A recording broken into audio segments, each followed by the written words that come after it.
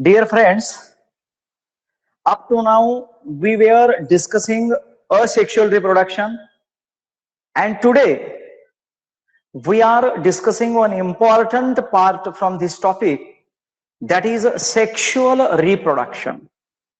Sexual reproduction contains two different gametes. Sexual reproduction मध्ये दोन वेगवेगळे गॅमेट्स असतात. So simply what is sexual reproduction? आपण डेफिनेशन काय पाहिलेलं आहे? कोण सांगेल का सेक्शुअल रिप्रोडक्शनचं definition? Sexual reproduction always occurs with two germ cell. काय असतं त्याच्यामध्ये? Germ cell. पहा, लक्षात घ्या, जर्म सेल आणि सेक्स सेल म्हणजे एकच. आणि त्याचबरोबर somatic cells are present, but here in the sexual reproduction two germ cells are present, and simply there are two main process. दोन महत्वाचे प्रोसेस सेक्शुअल रिप्रोडक्शन मध्ये घडून येतात. एक आहे see here in the sexual reproduction there are two main process.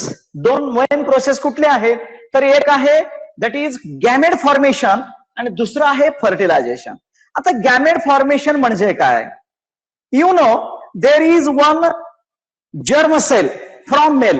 Mail पासून येणारा कोण असतो? Germ cell. And another one is cell that is eggs cell और it is called as ovum. त्याला दुसरं नाव काय आहे? Ovum, which is getting from female. ते कोणाकडून आलेलं असतं? तर फिमेल कडून आलेलं असतं. So simply these two gametes are formed by meiosis process. हे दोन्हीही मियोसिस प्रोसेसने तयार होतात. आणि तुम्हाला माहितीये मियोसिस म्हणजे काय? Meiosis means number of chromosomes reduce to half. Number of chromosomes reduce to half. Suppose there are 2n chromosomes. समजा एकामध्ये 2n क्रोमोझोम असतील तर मियोसिस होऊन त्याचे काय होतात? एन आणि एन म्हणजे हाफ ऑफ एन एन असं सेपरेट होतात. तसं इथे number of chromosomes reduce to half means two gametes are formed. इथं काय निर्माण होतात? गॅमेट्स. कोणाकडून? एक मेलचा गॅमेट आणि दुसरा कोणाचा असतो? फिमेलचा गॅमेट. आणि दोघांनाही आपण काय म्हणतो? Haploid gametes. बघा, नीट लक्ष द्या. These are called haploid gametes. Haploid म्हणजे अर्धगुणी, अर्धे असलेले म्हणायचं. Haploid gametes are forms. It is occurs in case of gamete formation. असे दोन हेप्लॉइड गॅमेट्स आता तयार झाले. मित्रांनो, आता हे दोन जे हेप्लॉइड गॅमेट्स आहेत त्यांच्यामध्ये एकच सेट असतो क्रोमोझोमचा. त्याच्यामध्ये एक सेट आणि म्हणजे कशामध्ये? स्पर्म मध्ये एक सेट आणि एग्ज मध्ये एक सेट, असे एक एक सेट असतात. आता काय होतंय इन फर्टिलायझेशन? फर्टिलायझेशन म्हणजे फलन असं म्हटलं जातं. What happens in the fertilisation? आता फर्टिलायझेशन मध्ये काय घडतं? In case of fertilisation already there are two gametes, haploid gametes. One is male that is called sperm. Second one is female that is called eggs. Both are haploid. Then what happens? That male gamete, haploid gamete, fuses the female egg cell or ovum. तो काय करतो? जो mail gamete आहे अर्धगुणी, अर्धगुणी म्हणजे haploid, तो त्या फिमेलच्या एग्जला fuse करतो. Fuse म्हणजे जाऊन त्याला चिकटतो, म्हणजे त्याला फर्टिलाइज करण्यासाठी तो फ्यूज्ड करतो. म्हणजेच काय झालं? One haploid male gamete fused to the haploid female gametes. So because of union, त्यांचं काय होणार आहे आता? Union of these two haploid gametes, formation of diploid zygote. बघा शब्द कसा आहे? It is formation of diploid zygote. बघा, डायप्लॉइड झायगोटची निर्मिती झाली. प्रश्न असा पडतो, how the diploid zygotes are formed? Diploid zygote कसे तयार होतात असा जर प्रश्न निर्माण झाला तर आपण काय सांगतो? When a haploid male gamete फ्युजेस the haploid female gametes, the union of these two haploid gametes, formation of diploid zygote. Diploid zygote म्हणजे द्विगुणी, दोन अर्धे अर्धे होते अर्धगुणी, त्यांचं रूपांतर कशात झालेलं आहे आता द्विगुणीमध्ये झालं. आता झायगोट तयार झाला, धिस झायगोट डिवाइड्स. आता तो झायगोट तयार झाल्यानंतर त्याचं डिव्हिजन होण्यास सुरुवात होते. It's divides by which process? Mitosis process. आता मात्र इथं मिटॉसिस आहे पहा, आपण शिकलोय मिओसिस, सेक्शुअल रिप्रोडक्शन मध्ये मिटॉसिस आणि मिओसिस दोन्ही होतात. सुरुवातीला काय झालं, मिओसिस झालेलं आहे, गॅमेट फॉर्मेशन मध्ये मिओसिस होतं. एकदा गॅमेट फॉर्म झाले, त्यांच्यापासून झायगोट तयार झालं, झायगोटचं डिव्हिजन होतं by mitosis process and simply it turn into embryo. त्याचं रूपांतर कशात होणार आहे आता एम्ब्रॉय मध्ये. एम्ब्रॉय म्हणजे भ्रूण तयार झाला, and that एम्ब्रॉय formed, developed, finally new individual is forms. आणि तेव्हा त्याच्यापासून काय बाहेर पडतं, नवीन इंडिव्हिज्युअल बाहेर पडतो. This is fertilisation. And in case of sexual reproduction you know very well there are two different parents. तिथे दोन वेगवेगळे पॅरेंट्स असल्यामुळे variation occurs, some similarities there. त्यांच्यामध्ये त्या जन्मणाऱ्या इंडिव्हिज्युअल मध्ये काही सिमिलॅरिटी नक्कीच असते, बट विथ ग्रेटर डिफरन्सेस.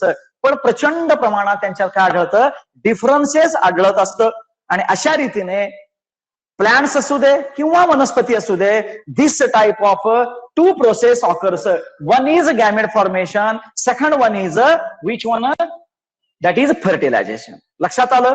आता याच्यानंतर आपण पुढे जातोय, sexual reproduction in plants. What about sexual reproduction in plants? Sexual reproduction in plants, फुलामध्ये वनस्पतीमध्ये जे सेक्शुअल रिप्रोडक्शन होतं त्याचं मुख्य स्रोत कोण आहे? Who is responsible for sexual reproduction is plant? That is flower. Flower हेच काय असतात, sexual reproductive part in the plants. वनस्पतीमध्ये फ्लावर हाच काय आहे, स्ट्रक्चरल युनिट आहे, लक्षात घ्या. And in case of flower, अतिशय छान आकृती आलेले. In case of flower it is said that there are total 4 floral parts. 4 दल आहेत त्याचे. Outermost part is called as a calyx. सगळ्यात बाहेरचा जो भाग आहे त्याला कॅलॅक्स म्हणायचं.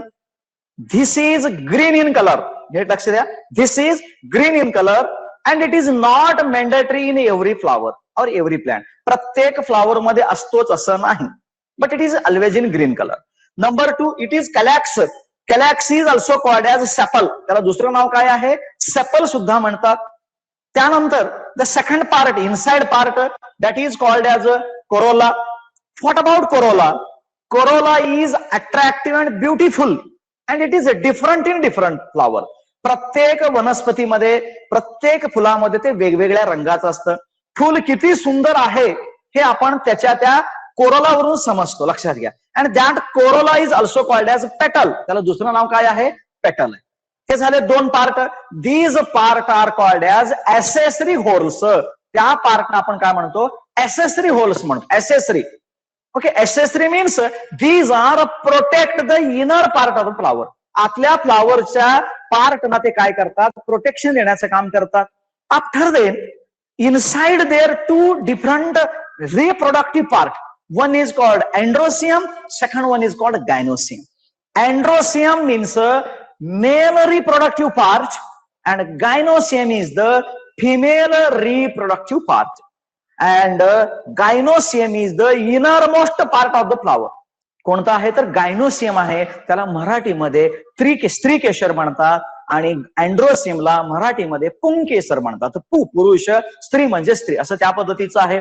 And you know androecium, androecium categorised into 2 different part. त्याचे 2 भागात विभागणी होते.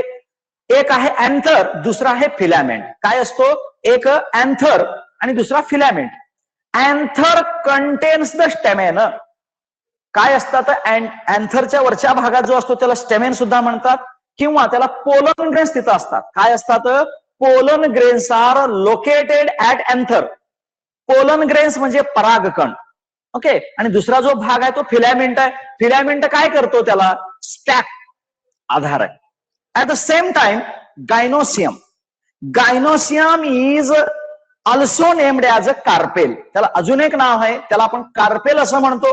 अँड दॅट गायनोसियम म्हणजे फिमेल रिप्रोडक्टिव्ह पार्ट आहे. It is categorise into 3 different parts. त्याचे 3 भागात विभागणी होते. एक आहे स्टिग्मा, स्टाईल आणि ओव्हरी. पहा इथे मी काढतोय थोडक्यात.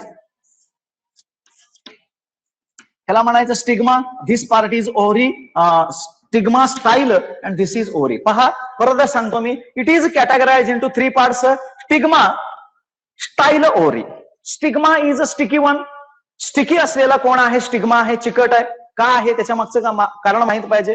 कारण की जेव्हा पोलन ग्रेन्स, परागकण उडून याच्यावर येऊन पडतात तेव्हा ते चिकटून घेतं. चिकटून घेत्यामुळेच फर्टिलायझेशन होतं, अन्यथा झालं नसतं. Style just hold the stigma. स्टिग्माला होल्ड करण्यासाठी कोण आहे? That is a style. And you know ovary. Ovary मध्येच काय घडत असतं? फर्टिलायझेशन घडत असते, हे ovary. Okay, this is in case of which one? Carpel और गायनोसियम. अशा रीतीने हे भाग झाल्यानंतर in flower there are 2 types, bisexual and unisexual. Hibiscus. Hibiscus is the bisexual flower because it contains both male and female gonads. दोन्हीही त्याच्यामध्ये आढळतात. Male reproductive part, female reproductive part, म्हणून त्याला काय म्हणतो आपण? Bisexual. Papaya, you know papaya. Papaya is unisexual because it contains separate male productive part and separate female reproductive part. So papaya is unisexual. So all these things we know very well. At the same time, at the last bottom of this point, there is a pedicel. सगळ्यात शेवटी त्याला काय असतो? Pedicel आहे. त्याला काय म्हणतो? Stalk for support. फूल तोडताना पहा तुम्ही खाली एक देठासारखं असतं, त्याला आपण काय म्हणतो? पेडिसेल म्हणतो. It is the support for the flowers.